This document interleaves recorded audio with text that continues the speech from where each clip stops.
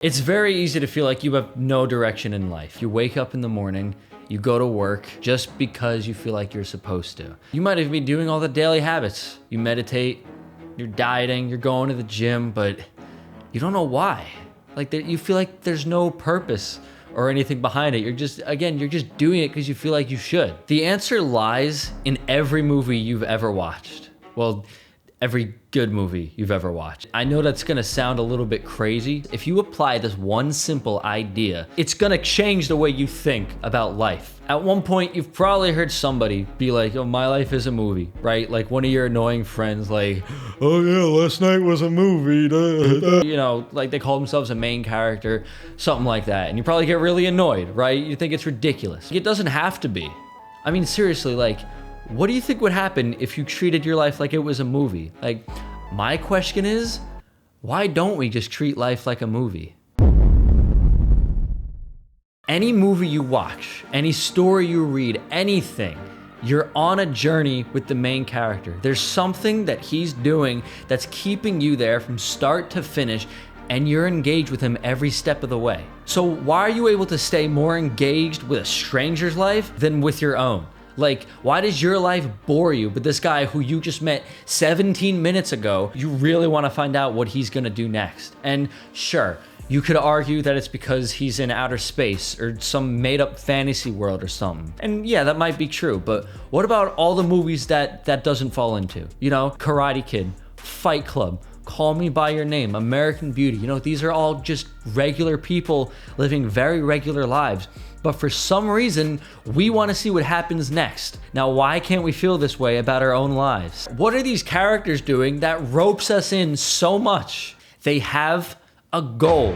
Without a goal, there'd be no point to the movie. We'd just be watching some random person do a bunch of random things, and we'd get bored very quickly. If you have a goal, if you have a purpose that you're moving towards, it is going to feel so much better. You're gonna wanna know what happens next in your own life. Every great movie you've ever seen can be broken down to a single goal the main character is going after. All right, in Whiplash, Andrew Neiman, he wants to be a drummer. In Up, Carl, he wants to get to Paradise Falls. And in Avengers, well, they want to avenge. Every second of every movie, it's about one of the characters deliberately going after a specific goal that they have in mind. How does this apply to real life? Well, I think it's important to understand what a goal is. It's just the desired outcome that the person is trying to achieve. The person being the main character, or in this case, in your movie, it's you. We all have goals throughout the day, right? Like if you're hungry, your goal is to eat food. If you're tired, your goal is to go to sleep.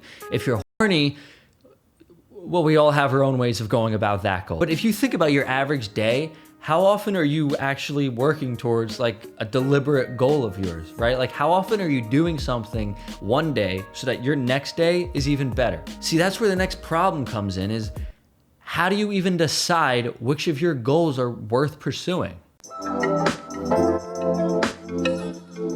Here's the thing, all right? It's your movie. It's not anybody else's, right? Like in Spider-Man, are you there to watch Uncle Ben screwing light bulbs? All right, don't answer that, all right? I'd probably watch that too. What makes a goal really worth pursuing is that you want to pursue it. This is gonna sound really woo-woo. I can't even not laugh saying it, but it's something you feel in your heart.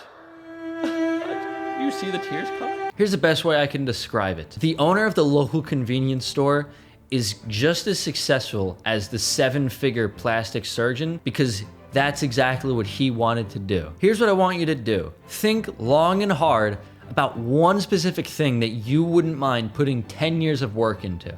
It can be anything, a certain house you want. It can even be an amount of money, but just get it down and write it on an index card. It can be a statement or it can just be the goal itself. Put it into existence, right? Get it out of your head and put it somewhere where you can look at it every day. Put it in your pocket and just carry it around just so it's always there and you're always reminding yourself, this is what I'm working towards every day. Now you're good, right? Now you're a success. You have a goal, so your life is good. You have purpose now, right? You're gonna feel great tomorrow. No, not quite. Setting the goal is one thing. You need to actually do something about it. There's an old quote that Earl Nightingale used to say every single time he spoke. Success is the progressive realization of a worthy ideal. I tried to like mimic him there, but his voice is, it's just so deep. And you know, it's great, right? It's such an insightful, groundbreaking quote by such a wise man, right? It's just, what does that mean? So this ties us right back to the movie analogy. Which part of the movie are you most engaged with? How do they hook you? What do they use in the trailer? Don't equate success with getting that $1 million, because that's just the ending. Your excitement should stem from what you're gonna do to get there. You know, the journey. Once you set that goal, once it comes into fruition, between that and you actually achieving the goal, that's what matters. It's the middle of the movie. You need a plan, right? You need like a definitive roadmap that's actually gonna get you from point A to B. You know, setting the goal is great and having the goal is great, but if there's nothing in between, then it's not gonna happen. You can't just think, I want this, and expect it to just fall into your knees. That's the biggest problem, I think, with a lot of like self-improvement stuff. It's just have this mindset. But you need to do something with that mindset. You can't just wake up, meditate, journal, and go about your day and just hope that somehow $10 million is just gonna fall onto you. You're successful as soon as you put your plan into action. Right when you embark on your journey towards your goal, you're a success. But you need to keep going. You can't be like, I don't have this yet, so I'm not successful. Your plan is probably not gonna play out exactly how you think it is. But that's where the excitement comes in. We think that we want everything we do to be easy. It's not uncommon for someone to have a goal, and it's really not uncommon for someone to pursue it. What stops them is that first sign of struggle. Right when things get tough, they stop trying. See, what really keeps us engaged in the movie is the conflict the character experiences on his way to the goal. These obstacles that they overcome throughout the movie, they're always there. These problems are what get him to the end. He's learning. You are learning. If you're not realizing by now, when I say him, when I say main character, it's you.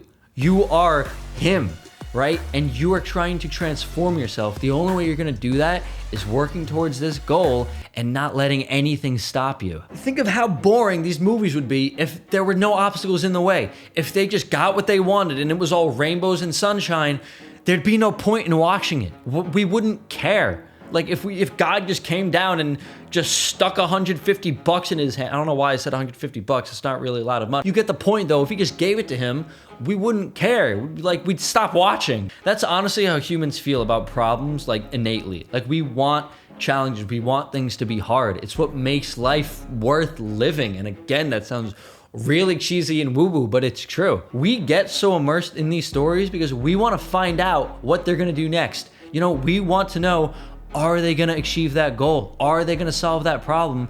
And that's exactly how we should look at our own challenges. Like, okay, if I do this, is this gonna work out? Then you get your answer. No, it didn't work out. I guess I'll try this. Oh, that worked. Okay, I'll keep doing it this way. And just keep on rinse and repeating until you get there. Trust me, I know how difficult it can be to experience a setback, but you can choose not to let it affect you in a negative way. You can choose to let it help you, to guide you towards what you really want. You use it as a pivot point, right? It's a fork in the road. There's more than one way to get to the end of the road, right? If you get a flat tire, you can get out and walk the rest of the way there. You know, you can stick your thumb out and wait for some random dude with a goatee to come and pick you up. I wasn't talking about myself. The point is, for every one problem, there's an infinite number of solutions. If no one was capable of getting through obstacles, nothing would ever get done. We still would be at the same place that we were at 200,000 years ago, right? But we can. That is the only way you're gonna have the best possible experience on your journey that is your life. You need to accept, you need to embrace that these setbacks are going to happen, because the way that you view failure is going to have a tremendous impact on every aspect of your life. So now you're good, right? You're gonna wake up tomorrow a lot happier than usual, right? You've got your goal, you know what you want, and you even know how you're gonna get there. So everything's cool now, right? Not quite. I'm gonna be releasing a video soon about exactly how you can take more action throughout the day. So if you want to stick around and see that video, do yourselves a favor. Do us both a favor. Subscribe to the channel, okay? And I'll see you in the next video. Don't think I'll put an out. I think this will be my outro, so goodbye.